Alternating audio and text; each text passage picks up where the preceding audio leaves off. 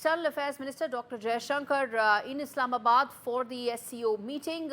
He took a swipe at Pakistan, stating that if cross-border activities between two nations are characterized by extremism and separatism, it is hardly likely to help bilateral trade relations and other activities in the first visit by an Indian foreign minister to Pakistan since Sushma Swaraj's 2015 visit. Jaishankar called terrorism, extremism and separatism the three key evils. Let's quickly get the big questions on the screens here for our viewers, and then we also get in Uma Shankar, my colleague who is tracking that summit in Islamabad. The three questions we are asking: can terror be, which is one of the key areas of focus for the SCO, can it be taken up at the level of the summit? Because that's exactly what Dr. Jaishankar spoke about. The other key questions that we had, we can take them quickly, which is that will Pakistan take heed of the messaging that India had for it? And the last part is about whether or not the SCO will undertake some other key reforms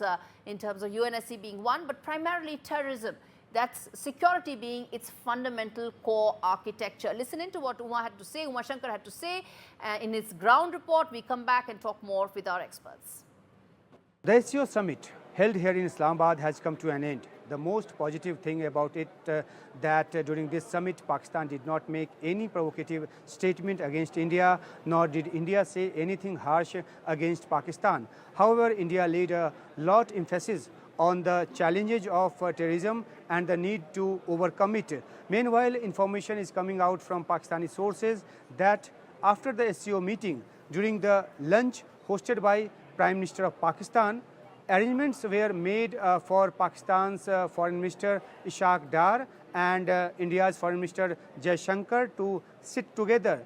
They were sitting around the same table. A video of it is also there.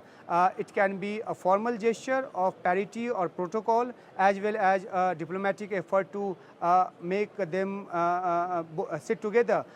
And it is also being reported that on this occasion, informal talks or exchange of words took place between the two foreign ministers. No detailed information has been given about what was discussed, but it is believed that this was a positive initiative from both the sides.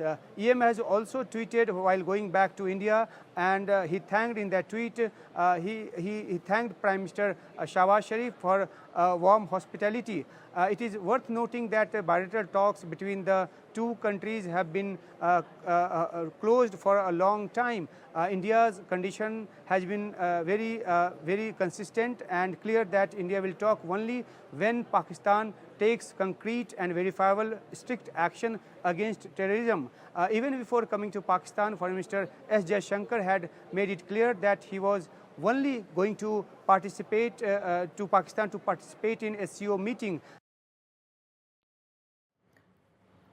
Okay, that was Uma Shankar Singh giving us a lowdown of what really happened. Let's get in Dr. Priyanka Singh of the IDSA, and we also have a voice from Pakistan, hopefully a moderate voice also. Okay, Dr. Priyanka, let me start with you.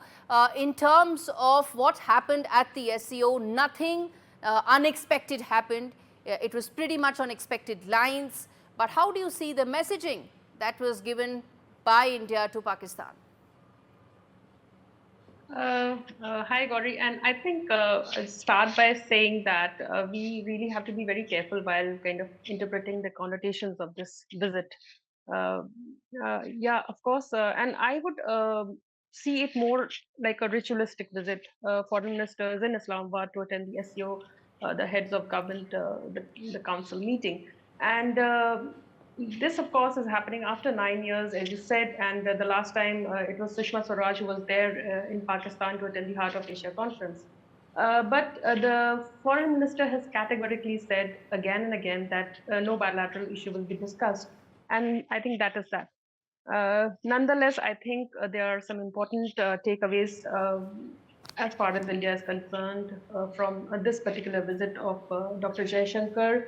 The fact that the foreign minister was able to raise the point about territorial integrity and this especially on Pakistani soil, I think that is very important. And this is especially more important, very important, because Pakistani Prime Minister Shahbaz Sharif, he had raised the issue of the expansion of the BRI. So the fact that the foreign minister was able to kind of Yes. peg this issue of territorial self-sovereignty in his remarks is quite important. And secondly, the fact that the foreign minister also pointed out to the three evils, which is separatism and extremism and kind of Absolutely. and extremism. I think as the three evils. I think that is also very important because I think some of the major grudges that India has had with Pakistan over the years and been Is taken up by related the to foreign that. minister during the Yes. visit is related to that. Absolutely. And Let's quickly get in Mayad Ali. Let's quickly get in Mayad Ali, the Pakistani political analyst also on the show. Mr. Ali, respond to the fact that India's message was very loud, very clear and very consistent. They said, and India has been maintaining all along, talks, trade, terror cannot happen together. And the message was exactly that from New Delhi. This time in Pakistan, to Pakistan. Excuse me. It hasn't changed. I think India has been giving this message, whether in Pakistan or abroad, for a long time now. And we have a similar stance that we are facing terrorism being supported by India in Balochistan and Khyber No, Pakhtunkhwa Mr. Ali, you and know, when elsewhere, we of make course. these unsubstantiated claims, we lose an opportunity to have any meaningful discussion. So what you are saying are unsubstantiated claims, sir. As I said, I have an option to raise my voice, but I refuse to do that because I want you to make a civilized discussion, and that's what Priyanka is also here for. That's what I am here also. I'm saying that the message from India was very clear that any normalcy can be achieved only when the fundamental issue related to separatism and terror is addressed. How different is this message from the previous one? That's what I'm responding to. We in Pakistan, the Pakistan government and the establishment, which is more important, has the same view about India. And these days, India is under focus for several things. I don't want to discuss that because that's not on our agenda of this conversation.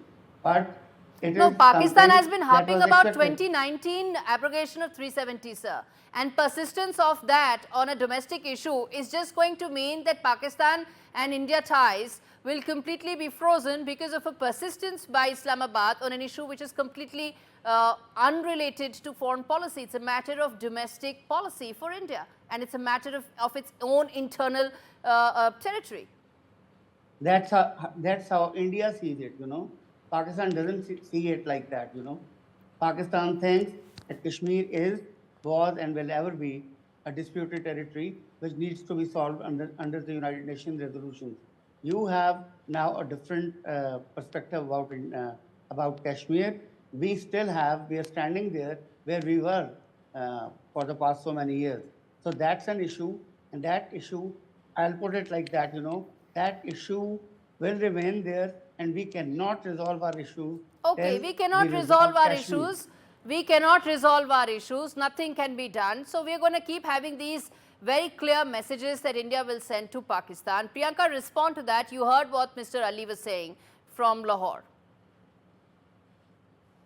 I think, you know, somewhere if really India and Pakistan, they have to achieve some kind of a breakthrough, I think we really have to get out of this mode of, you know, telling each other what is wrong with the other one. So I think if India is raising the issue of terrorism, it's not necessary that, you know, like some uncalled for, unwarranted claims from Pakistani side are being made. I think this will lead us nowhere. I think we both sides, I think we have to understand that. And the fact that Pakistan's complicity with terrorism is something Yes. which does not need more substantiation. It has been really Yes. kind of acknowledged by all quarters of the international community. And more than anything like it was before. Right. So I think, you know, like what this kind of what you say, a water wifery, I think it's kind of not working here. Absolutely. And really such claims do not have any sort of substantiation. These are Despite India unsubstantiated asking for, claims. Then, yeah, you know, exactly. Pakistani regime can keep dreaming on all these factors, even as as in Hindi one would say, niche se zameen nikli ja rahi hai, with Imran Khan and his party really ensuring that the Pakistani regime, which is completely illegitimate, is now out of power. But that's an internal matter of Pakistan. It needs to worry on several fronts. But thank you so much for taking out the time speaking to me on India Global.